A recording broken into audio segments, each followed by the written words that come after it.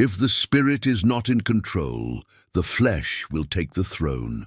There is a silent battle unfolding within every human being, one that does not announce itself with noise or spectacle, yet determines the direction of an entire life. This battle is not fought in public squares or visible arenas, but in the unseen corridors of the soul. It is the struggle between the spirit and the flesh, between divine guidance and instinctive impulse, between obedience and appetite. Scripture, experience, and spiritual wisdom all converge on a sobering truth. Neutrality is impossible. If the spirit is not in control, the flesh will inevitably take the throne. Many people assume that losing spiritual ground is a dramatic event, something marked by open rebellion or visible moral collapse. In reality, the flesh rarely conquers through force. It advances through neglect. It does not overthrow the spirit in a single moment. It replaces him slowly, decision by decision, habit by habit, thought by thought. The throne is not seized overnight. It is surrendered when vigilance fades. The spirit does not compete with the flesh through noise or pressure. He leads through stillness, conviction, and truth. The flesh, on the other hand, demands immediacy. It craves comfort, validation, control, pleasure, and relief. When the spirit's voice is ignored, the flesh does not hesitate to fill the vacuum, and once enthroned, it governs ruthlessly, reshaping priorities, distorting discernment, and redefining what feels normal. This teaching is not about condemnation, but revelation. It is not meant to instill fear, but awareness. Many believers struggle not because they lack faith, but because they underestimate the persistence of the flesh. They pray, believe, and desire spiritual growth, yet remain confused as to why old patterns return, why peace feels fragile, and why obedience feels costly. The answer often lies in a single question: who is sitting on the throne? This message will walk through the anatomy of this inner war, exposing how the flesh gains power, how spiritual authority is lost, and how true control is restored. It will not flatter weakness or excuse compromise. Instead, it will illuminate the consequences of spiritual neglect and the quiet authority of a spirit-led life. Because the truth is unavoidable. If the spirit is not in control, the flesh will rule, and whatever rules you defines you. The throne within. Why control is never neutral. Every human life is governed by something. This is not a metaphor, it is a spiritual law. Whether acknowledged or not, there is always a ruling authority directing thoughts, choices, reactions, and desires. The throne within does not remain empty. It is occupied either by the spirit or by the flesh. The tragedy is that many believe they are undecided, when in reality their patterns reveal exactly who is in control. The flesh thrives in the illusion of neutrality. It convinces the believer that small compromises are harmless, that spiritual disciplines can be postponed, and that obedience is flexible. It whispers that rest is needed when discipline is required, that indulgence is deserved when restraint is commanded, and that silence is safer than confrontation. None of these suggestions appear evil on the surface. That is precisely how the flesh wins. Spiritual authority is not lost through rebellion alone. It is lost through gradual disengagement. When prayer becomes optional rather than essential, when scripture becomes occasional rather than foundational, and when conviction is negotiated instead of obeyed, the throne begins to shift. The spirit does not force control. He waits for surrender. The flesh, however, exploits hesitation. The throne within governs perception. When the spirit rules, truth remains sharp, discernment remains active, and conscience remains sensitive. When the flesh rules, truth becomes relative, discernment dulls, and conscience is silenced through repetition. What once felt wrong begins to feel normal. What once stirred conviction begins to feel restrictive. This is not moral evolution, it is spiritual displacement. Many believers ask why they feel distant from God despite believing in Him. Distance is rarely the result of abandonment. It is the result of substitution. God does not move away. Another authority moves in. The flesh does not remove faith. It repurposes it.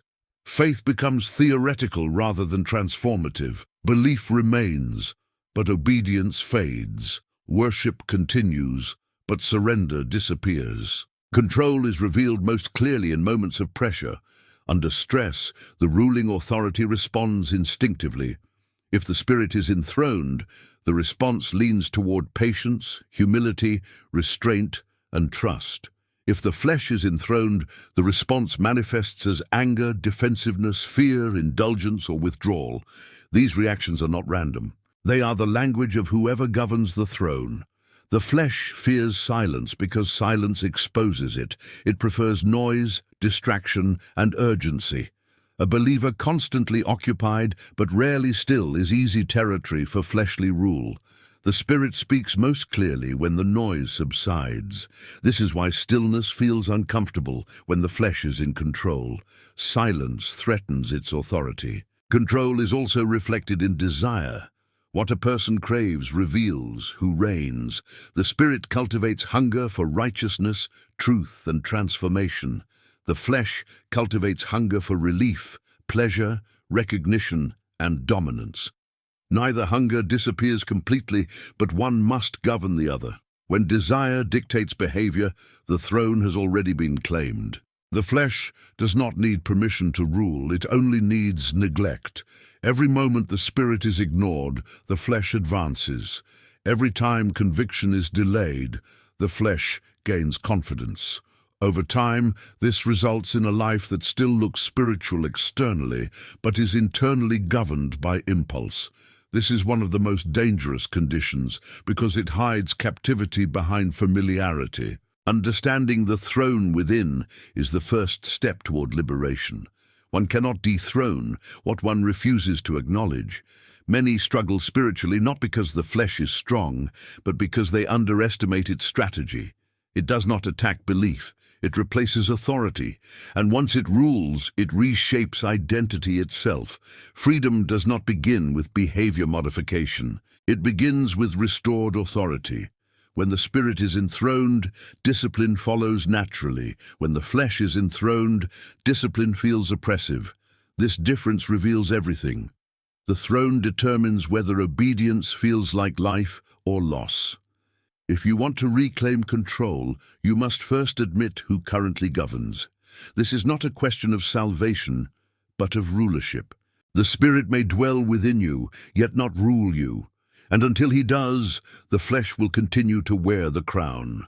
If this message is awakening something within you, subscribe to the channel and continue this journey. The next teachings will expose how the flesh maintains control and how true spiritual authority is restored. Step by step. The flesh does not rule through open hostility. It rules through familiarity. This is one of its most effective and least recognized strategies. The flesh understands that if it presents itself as an enemy, it will be resisted. So instead, it disguises itself as something reasonable, human, and even necessary. It presents its desires as needs, its impulses as instincts, and its reactions as personality traits. Over time, what should be questioned becomes accepted, and what should be confronted becomes normalized. This is how the flesh maintains control without ever announcing that it has taken the throne. One of the most dangerous lies the flesh promotes is the belief that spiritual authority is automatic. Many assume that because they believe, pray occasionally, or identify as spiritual, the spirit must naturally be in control. But authority is not passive. It is exercised. The Spirit leads only those who yield. When yielding stops, leadership transfers. The flesh does not wait for a formal invitation. It steps into any space left unguarded. The flesh thrives in routine without reflection. When life becomes a cycle of repetition without examination, The flesh settles in comfortably. Days begin to run on autopilot. Decisions are made quickly, reactions become predictable, and inner life becomes shallow. The spirit, however, requires attentiveness. He calls for awareness, presence, and intentionality. Where these are absent, the flesh flourishes. Another method the flesh uses to secure its reign is emotional justification. It teaches the mind to defend impulses by attaching emotions to them. Anger becomes righteous. Indulgence becomes self-care. Avoidance becomes peacekeeping. Control becomes boundaries. None of these concepts are inherently wrong, but when driven by the flesh, they are distorted. The flesh uses emotional language to shield itself from scrutiny, making its rule feel justified rather than questioned. The flesh also strengthens its authority through fear. Fear of loss, fear of rejection, fear of discomfort, fear of exposure. It convinces the believer that obedience to the Spirit will cost too much. It exaggerates the pain of discipline and minimizes the cost of compromise. It whispers that surrender will lead to emptiness, when in reality, surrender is the doorway to fullness. Fear becomes the chain that keeps the throne locked. Distraction is another powerful ally of the flesh. A distracted soul is a vulnerable soul.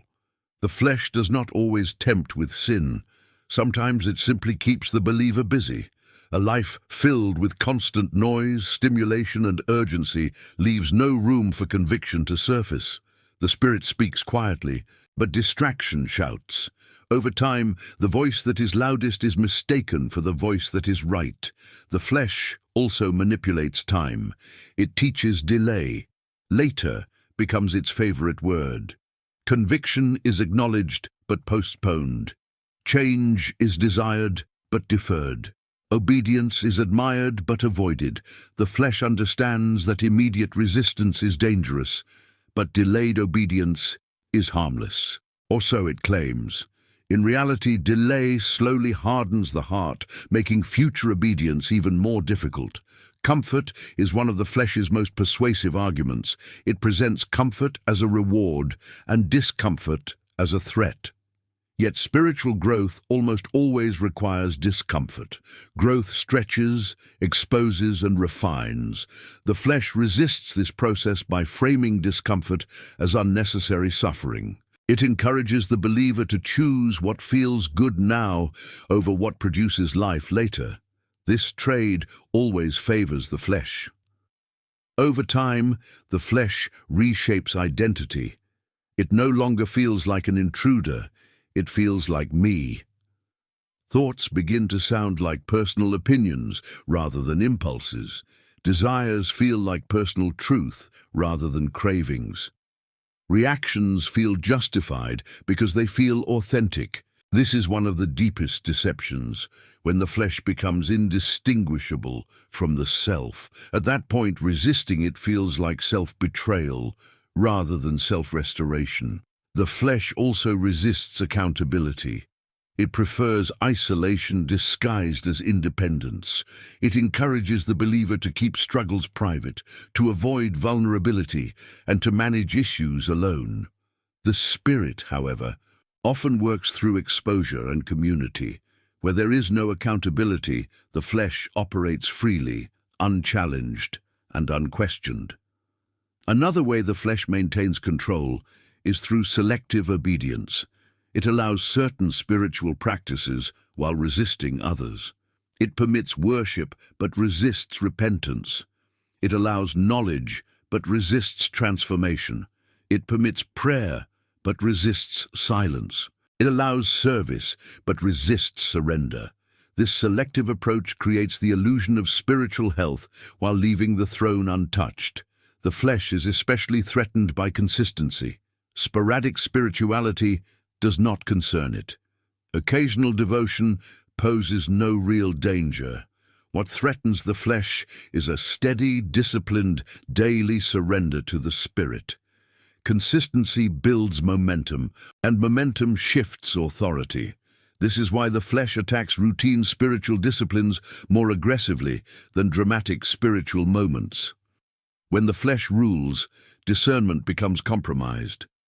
The believer may still recognize obvious wrongs, but struggle with subtle ones.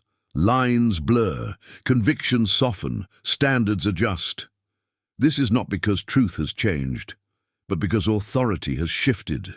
The throne determines perception. Restoring spiritual authority requires more than regret. It requires confrontation. The flesh must be exposed, not negotiated with. It does not respond to reasoning. It responds to denial. The spirit regains control not when the flesh is understood, but when it is refused. This refusal is not a one-time act, but a daily posture. True freedom begins when the believer stops asking how close they can get to the edge without falling, and starts asking who they want ruling their life. The throne question must be answered honestly. Who decides your reactions? Who governs your desires? Who directs your thoughts when no one is watching? The flesh will continue to rule as long as it remains comfortable. It loses power only when challenged consistently. This challenge does not come through willpower alone, but through surrender. The spirit does not overpower the flesh. He outlasts it when given authority. If this message is resonating with you, it is not accidental. Awareness is the first crack in the flesh's throne. Subscribe to the channel and continue with this series. The next topic will reveal how the spirit reclaims authority and what it truly means to live under divine control, not fleshly impulse. When the spirit begins to reclaim authority, the process is rarely dramatic. There is no sudden ceremony, no visible coronation, no emotional spectacle announcing that control has shifted. Instead, the change begins quietly, almost imperceptibly, in the hidden places where decisions are made before actions ever appear. This is where true authority is established or lost. The spirit does not overthrow the flesh by force. He reorders allegiance through surrender, and surrender is not a feeling. It is a daily, often uncomfortable choice. One of the first signs that the spirit is reclaiming the throne is resistance. This may seem paradoxical, but it is consistent. When the flesh is fully in control, there is little internal conflict. Life flows according to impulse, habit, and desire. But when the spirit begins to assert leadership, tension arises. Old patterns are challenged. Comfortable routines are disrupted. What once felt natural begins to feel questionable. This resistance is not failure. It is evidence of transition. The flesh resists loss of control with everything it has. The spirit reclaims authority by restoring awareness. Where the flesh thrives in autopilot, the spirit awakens consciousness. Thoughts that once passed unnoticed now trigger discernment.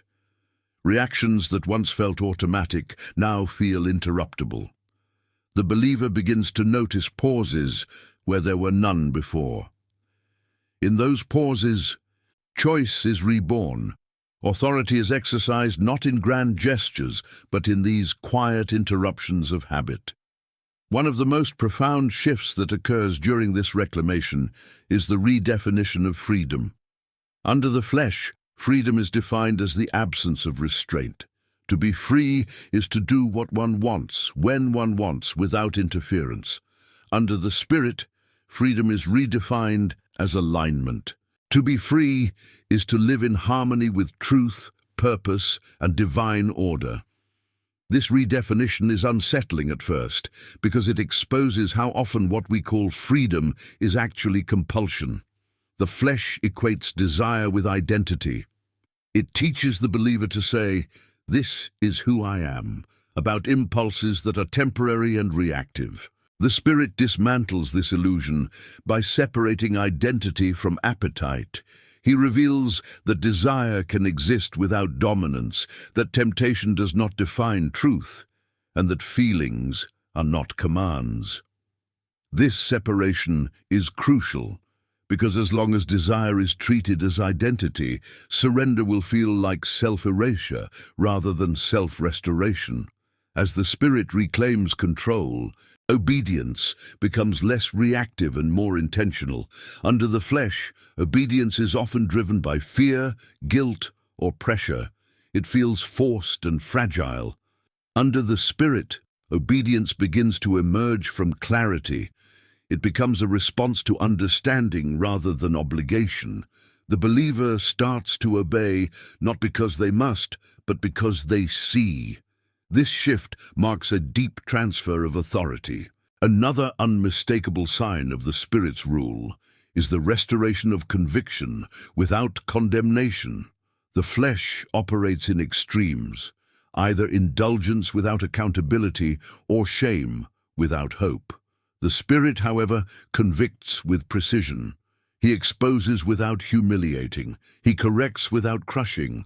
When conviction leads to clarity instead of despair, authority is being restored. The throne is no longer ruled by accusation, but by truth. Time also begins to feel different when the Spirit governs. Under the flesh, time is always scarce.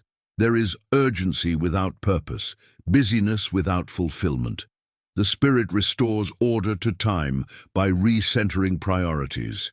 Moments of stillness no longer feel wasted. Waiting no longer feels threatening. Patience becomes possible because control is no longer rooted in anxiety. This is not because circumstances change, but because governance does. The Spirit also reclaims authority by restoring the weight of consequences. The flesh minimizes long-term impact. It focuses on immediate relief and short-term comfort. The Spirit broadens perspective. He reveals how small compromises accumulate, how repeated choices shape character, and how unseen decisions determine visible outcomes. This expanded vision strengthens resolve. Authority grows where understanding deepens. One of the most difficult aspects of this transition is grief. As the Spirit takes control, the believer often grieves the loss of old comforts, familiar coping mechanisms, and false securities. This grief is real and necessary. It marks the end of a season of self-rule. Many resist this grief, mistaking it for regression. In truth, it is part of surrender. One cannot dethrone the flesh without letting go of what it once provided. The Spirit also reorders relationships. When the flesh ruled, certain connections may have reinforced old patterns, validated indulgence, or discouraged growth. As authority shifts, these relationships may feel strained or misaligned. This is not always because others change, but because governance does. The Spirit does not isolate unnecessarily, but He does realign loyalties. Where allegiance changes, friction often follows. Another profound shift occurs in how suffering is interpreted. Under the flesh, suffering is meaningless and to be avoided at all costs. Under the Spirit, suffering becomes formative. It is not sought, but it is no longer wasted. The believer begins to recognize refinement where there was once only pain. This does not remove suffering, but it removes despair. Authority over interpretation restores stability. The Spirit also restores the ability to endure discomfort without escape. The flesh constantly seeks relief. It numbs, distracts, indulges, or avoids. The Spirit teaches endurance. He does not eliminate discomfort immediately, but He strengthens the capacity to remain present within it. This endurance weakens the flesh more than any dramatic act of resistance, because it removes the flesh's primary leverage, urgency. As authority shifts, prayer changes. It becomes less transactional and more relational. Instead of asking God to fix external circumstances, the believer begins to ask for internal alignment. Prayer becomes a space of surrender rather than negotiation. Silence becomes meaningful rather than awkward. Listening becomes as important as speaking. This evolution in prayer reflects the Spirit's restored leadership. One of the clearest indicators that the Spirit is reigning is peace that is not dependent on outcomes. This peace is often misunderstood. It is not emotional numbness or passive acceptance. It is steadiness rooted in trust. When the flesh rules, peace is fragile and conditional. When the Spirit rules, peace persists even when answers are delayed and circumstances remain unresolved. The flesh does not surrender easily. It will attempt to regain control through subtle means, especially during moments of fatigue, disappointment, or success. Fatigue weakens vigilance. Disappointment invites escape. Success breeds complacency. The Spirit's authority is maintained not by intensity, but by consistency. Daily surrender is the safeguard of lasting governance. True spiritual authority is not about suppression of desire, but about alignment of desire. Over time, as the Spirit rules, what the believer wants begins to change. This is not forced, it is formed. Desires are reshaped through exposure to truth and intimacy with God. The flesh loses power not because it is constantly fought, but because it is gradually starved of attention and authority.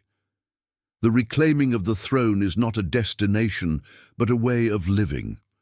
There will be moments of struggle, lapses of awareness, and seasons of challenge, but once the Spirit is recognized as rightful ruler, the question of authority is no longer abstract. It becomes personal, daily, and deeply transformative. If you sense that this teaching is not just informing you, but confronting you, that is not coincidence, it is invitation. Subscribe to the channel and continue with this journey, because the next topic will confront the final strategies of the flesh and reveal how sustained spiritual authority is protected over time. Sustained spiritual authority is not maintained by intensity, emotion, or occasional breakthroughs. It is preserved through vigilance, humility, and continuous alignment.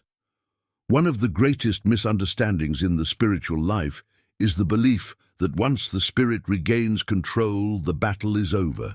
In reality, the most dangerous phase often begins after authority has been restored. Because familiarity returns, vigilance relaxes, and subtle compromises reappear, disguised as maturity, balance, or freedom. The flesh does not need to overthrow the throne again if it can slowly erode its foundations. The flesh adapts. It learns new language, new behaviors, and new disguises. When overt indulgence no longer works, it shifts to subtler forms of control. Pride replaces rebellion. Self-reliance replaces dependence. Spiritual confidence quietly transforms into spiritual independence. The believer still prays, still serves, still believes, but no longer trembles. Reverence fades, not because God has changed, but because the flesh has learned how to coexist with spirituality without surrendering authority. One of the flesh's most refined strategies is to convince the believer that discipline is no longer necessary. It frames discipline as something for beginners, for broken seasons, or for moments of crisis. Once stability returns, it whispers that structure can loosen, that boundaries can soften, and that vigilance can relax. This is how authority slowly leaks away. The Spirit never removes discipline, He deepens it. What changes is not the need for discipline, but the motivation behind it. Another subtle threat to sustained authority is comparison. When the flesh cannot dominate through desire, it dominates through measurement. The believer begins to assess spiritual health by comparing themselves to others. I am doing better than before. I'm not as lost as I once was. Others struggle more than I do. These thoughts seem harmless, but they shift focus from alignment with God to evaluation of self. Comparison recenters the self, and wherever the self becomes central, the flesh finds opportunity. The flesh also exploits exhaustion. Sustained obedience requires endurance, and endurance requires rest. But the flesh offers counterfeit rest. Instead of true restoration, it offers escape. Instead of silence, it offers distraction. Instead of renewal, it offers indulgence. When the believer consistently chooses counterfeit rest, spiritual sensitivity dulls. The spirit is not absent, but his voice becomes harder to discern amid the noise. Another critical area where authority is tested is success. Spiritual growth often brings clarity, confidence, and influence. These are gifts, but they are also tests. The flesh feeds on success by converting gratitude into entitlement. It subtly shifts the narrative from "God is working in me" to "I am doing well." This shift is rarely verbalized, but it is felt. Dependence weakens. Prayer becomes less urgent. Listening becomes less intentional. Authority begins to drift. Sustained authority requires ongoing humility. Humility is not self-deprecation, it is accurate positioning. It is the recognition that alignment is maintained, not achieved once, and secured forever. The Spirit leads moment by moment. Yesterday's obedience does not guarantee today's alignment. The flesh, however, loves to live off past victories. It points to previous growth as proof that vigilance is no longer required. This is one of its most effective deceptions. The flesh also tests authority through emotional seasons. When emotions are stable, obedience feels easier. When emotions fluctuate, authority is challenged. The flesh attempts to reclaim control by linking obedience to emotional readiness. I will obey when I feel strong. I will surrender when I feel peace. The Spirit, however, calls for obedience regardless of emotional state. Authority is preserved when obedience is rooted in truth, not mood. Another subtle erosion of authority occurs through unmanaged thought life. The flesh does not need overt sin to regain influence. It only needs unchecked thoughts. Small resentments, quiet judgments, repeated fantasies, internal narratives of fear or superiority. When thoughts are left unexamined, they slowly reshape perception. Perception shapes reaction. Reaction shapes behavior. Behavior shapes identity. Authority is lost long before behavior visibly changes. The Spirit preserves authority by continually calling the believer back to awareness. Awareness is not anxiety. It is attentiveness. It is the ability to notice internal shifts before they become external patterns. The flesh fears awareness because awareness exposes motive. Where awareness is cultivated, the flesh cannot operate unnoticed. One of the most overlooked threats to sustained authority is spiritual familiarity. Sacred things become common. Language that once carried weight becomes routine. Truth that once pierced the heart becomes information. This does not happen because truth loses power, but because reverence is replaced by repetition without reflection. The Spirit restores authority by renewing wonder, by reminding the believer that alignment is not mechanical but relational. Sustained authority also requires boundaries that evolve with growth. Early boundaries may be external and strict. As maturity increases, boundaries become internal and discerning. But boundaries never disappear. When boundaries dissolve entirely, the flesh fills the gap. Freedom without boundaries is not spiritual maturity, it is vulnerability. The flesh also challenges authority during seasons of waiting. Waiting tests trust. It exposes whether surrender was conditional on outcomes. When prayers seem unanswered and progress feels slow, the flesh offers alternatives: control, manipulation, compromise. Sustained authority is proven not when prayers are answered, but when obedience continues without visible reward. The Spirit preserves authority by anchoring identity in sonship rather than performance. When identity is rooted in performance, failure threatens worth and success inflates ego. Both outcomes empower the flesh. When identity is rooted in relationship, obedience flows from belonging, not fear or pride. Authority remains stable because it is not dependent on results. Another critical safeguard of authority is teachability. The flesh resists correction.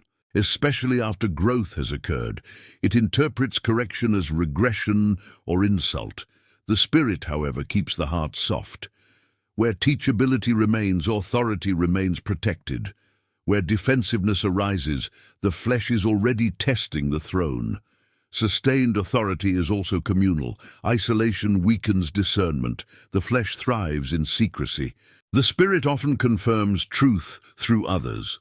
This does not mean surrendering discernment to people, but remaining open to accountability. Authority is strengthened when alignment is reinforced, not hidden. The flesh never stops attempting to reclaim control, but its attempts become weaker when authority is consistently exercised. It loses leverage when indulgence is denied, when delay is refused, and when awareness is maintained. Over time, its voice grows quieter, not because it is gone, but because it is no longer obeyed. Ultimately, sustained spiritual authority is not about perfection, but persistence. There will be moments of weakness, missteps, and recalibration. Authority is not lost by momentary struggle, but by prolonged surrender to neglect. The spirit does not abandon the throne easily. He waits, invites, and restores again and again for those willing to remain attentive. If you are still here, still reading, still wrestling with these truths, it is because something within you desires alignment more than comfort. Do not stop now. Subscribe to the channel and continue to the final topic, where we will confront what happens when the spirit fully reigns and the flesh finally loses its claim to the throne. When the spirit fully reigns, life does not become effortless, but it becomes ordered. This distinction is essential. Many imagine that complete spiritual authority results in the absence of struggle, temptation, or difficulty. In truth, what changes is not the presence of challenge, but the position from which challenge is faced. The flesh, when dethroned, does not vanish. It loses its right to command, and that single shift transforms everything. A spirit-governed life is marked first by clarity. This clarity is not intellectual brilliance or constant certainty about the future. It is moral and spiritual orientation. Decisions no longer feel chaotic or paralyzing because they are filtered through alignment rather than impulse. Even when outcomes are unclear, direction remains steady. The believer may not know exactly what will happen, but they know how to respond. This clarity is one of the greatest evidences of restored authority. When the spirit reigns, reactions slow down. This does not mean passivity or emotional numbness. It means that reactions are no longer immediate slaves to stimulus. There is space between what happens and how one responds. In that space, wisdom operates. The flesh collapses this space. It rushes, reacts, defends, and escapes. The spirit expands it. He invites reflection, restraint, and intentionality. This expanded space is where authority expresses itself most clearly. Another profound change is the reordering of desire. Desires do not disappear, but they lose their tyranny. The believer is no longer dragged by craving or fear. Wants are evaluated instead of obeyed. Temptation still presents itself, but it no longer carries inevitability. The flesh thrives on inevitability. It says, "You always do this, or you cannot change." The spirit dismantles inevitability by restoring choice. Choice is the enemy of the flesh. When the spirit reigns, obedience stops feeling like self-denial and starts feeling like self-alignment. This is one of the most misunderstood aspects of spiritual maturity. Early obedience often feels costly because it confronts entrenched habits and false identities. But sustained obedience gradually produces congruence. The believer begins to live in agreement with truth rather than in conflict with it. This agreement brings peace that does not depend on circumstances. Another mark of full spiritual authority is resilience.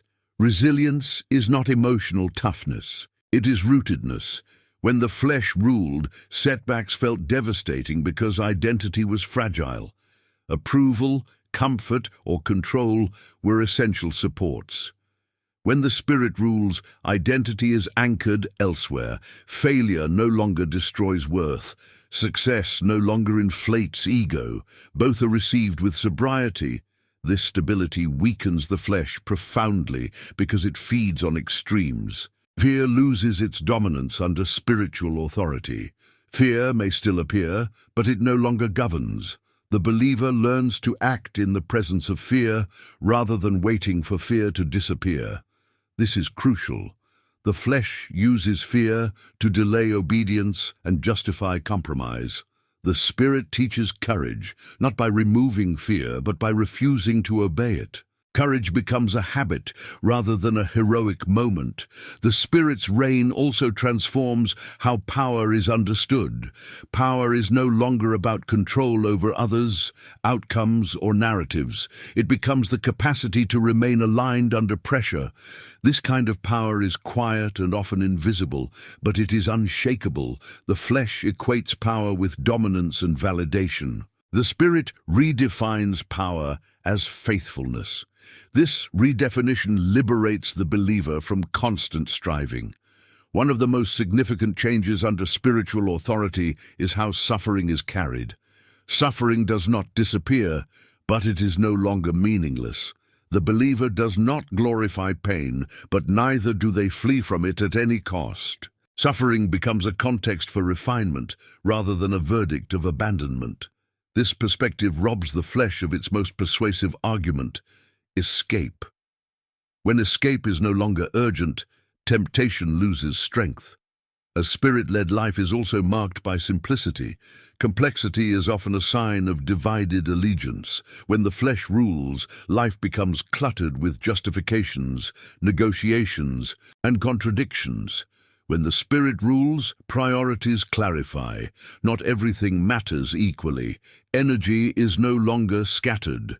The believer learns to say no without guilt and yes without fear. This simplicity creates margin, and margin preserves authority. Another outcome of full spiritual reign is honesty. Not just moral honesty, but internal honesty. The believer becomes willing to face uncomfortable truths without immediately fixing or defending them. This honesty dismantles self-deception, which is one of the flesh's primary strongholds.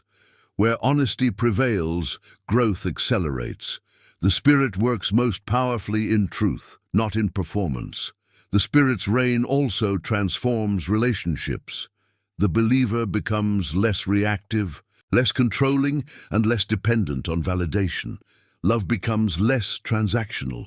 Boundaries become clearer without becoming harsh. Forgiveness becomes possible without denial of truth.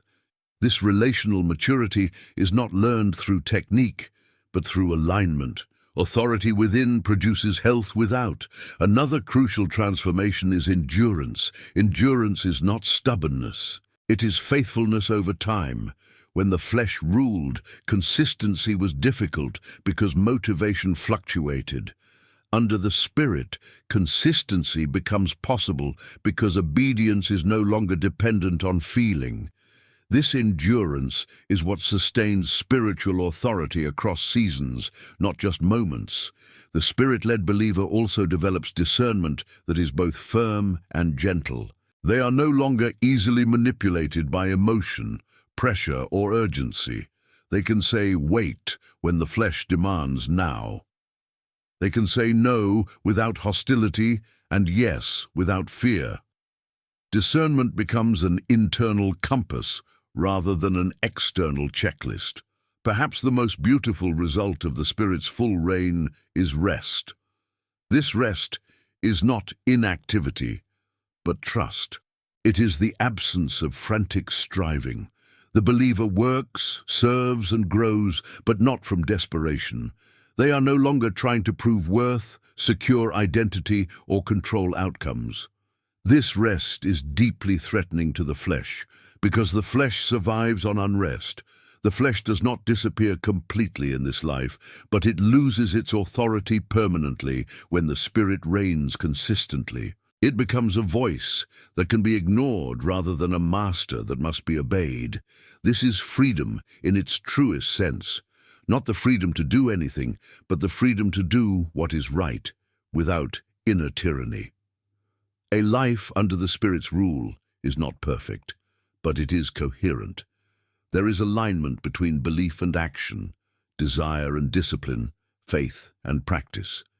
This coherence produces integrity, and integrity produces peace. The believer may still face storms, but they are no longer ruled by them. If you have walked through this entire journey, from recognizing the throne, to exposing the flesh, to restoring authority, to sustaining alignment, and now to seeing the fruit of the Spirit's reign, understand this. This is not information. It is invitation. Authority is exercised daily, not learned once. Do not let this be the end. Subscribe to the channel and remain in this path of alignment, because a life led by the Spirit is not only possible, it is the life you were created to live.